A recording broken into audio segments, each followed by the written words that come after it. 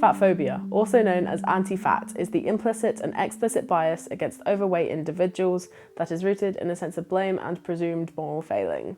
Being overweight and/or fat is highly stigmatised in Western culture. Today I'll be focusing on specifically weight stigma and sizeism in film and media, and asking, why are we scared to show fatness?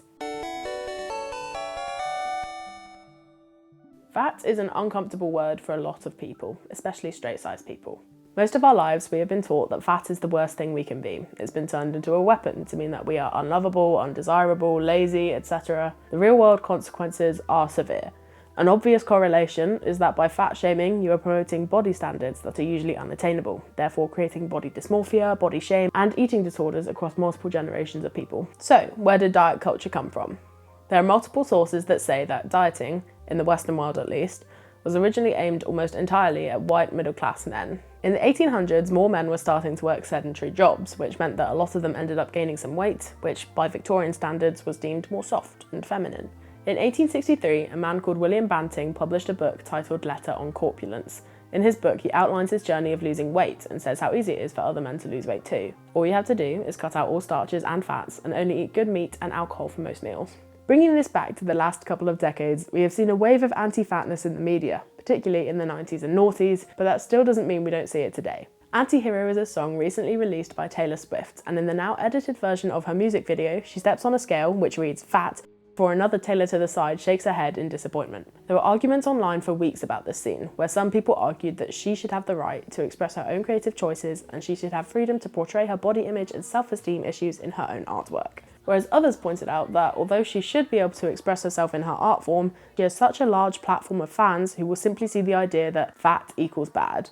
And also that if Taylor, a straight-sized white woman, thinks she's fat, then what am I? This is around the same time that the film The Whale came out, so there was already a lot of weight-biased discourse happening online. The Whale is a play that recently had a film adaptation starring Brendan Fraser as Charlie, a 600-pound gay man who tries to fix his relationship with his daughter before he dies from his health conditions, mainly binge eating disorder and congestive heart failure.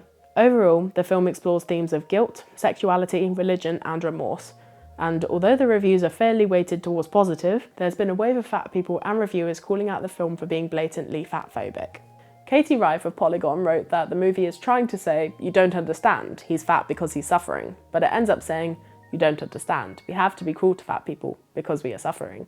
Jordan Underwood comments that, because this is the only fat representation we get in this film, the viewer will simply see that this is how all fat people live. Aubrey Gordon expresses that if the only way you can humanise a very fat person is to watch them humiliated, terrified, ashamed, and killed off in a stereotypically stigmatising way, it's time to do some serious reflecting. These negative portrayals of fatness, which aren't completely black and white, still add to the fear that we as a society have about being fat. Positive examples of fat people in the media are more sparse, which proves the point further. Because I'm sexy and chubby, man.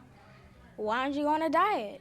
Because I like to eat. Is that such a crime? Audiences will take these stories a certain way, with most people looking on the surface level notion that fat is bad.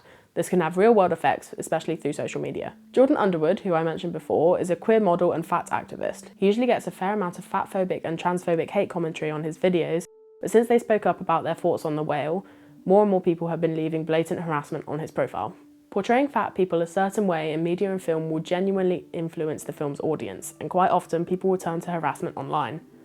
With comments such as, "Christ, that's a revolting sight," and "please don't reproduce" appearing on Jordan's videos, people like to hide behind the "I'm not being mean, I just care about your health" curtain, as if that does anything to make it better. We have been fed these health statistics most of our lives.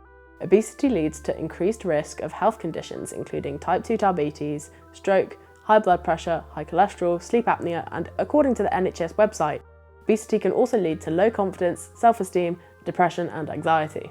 The way doctors tend to treat fat patients is by telling them to lose weight by restricting their diet and moving more.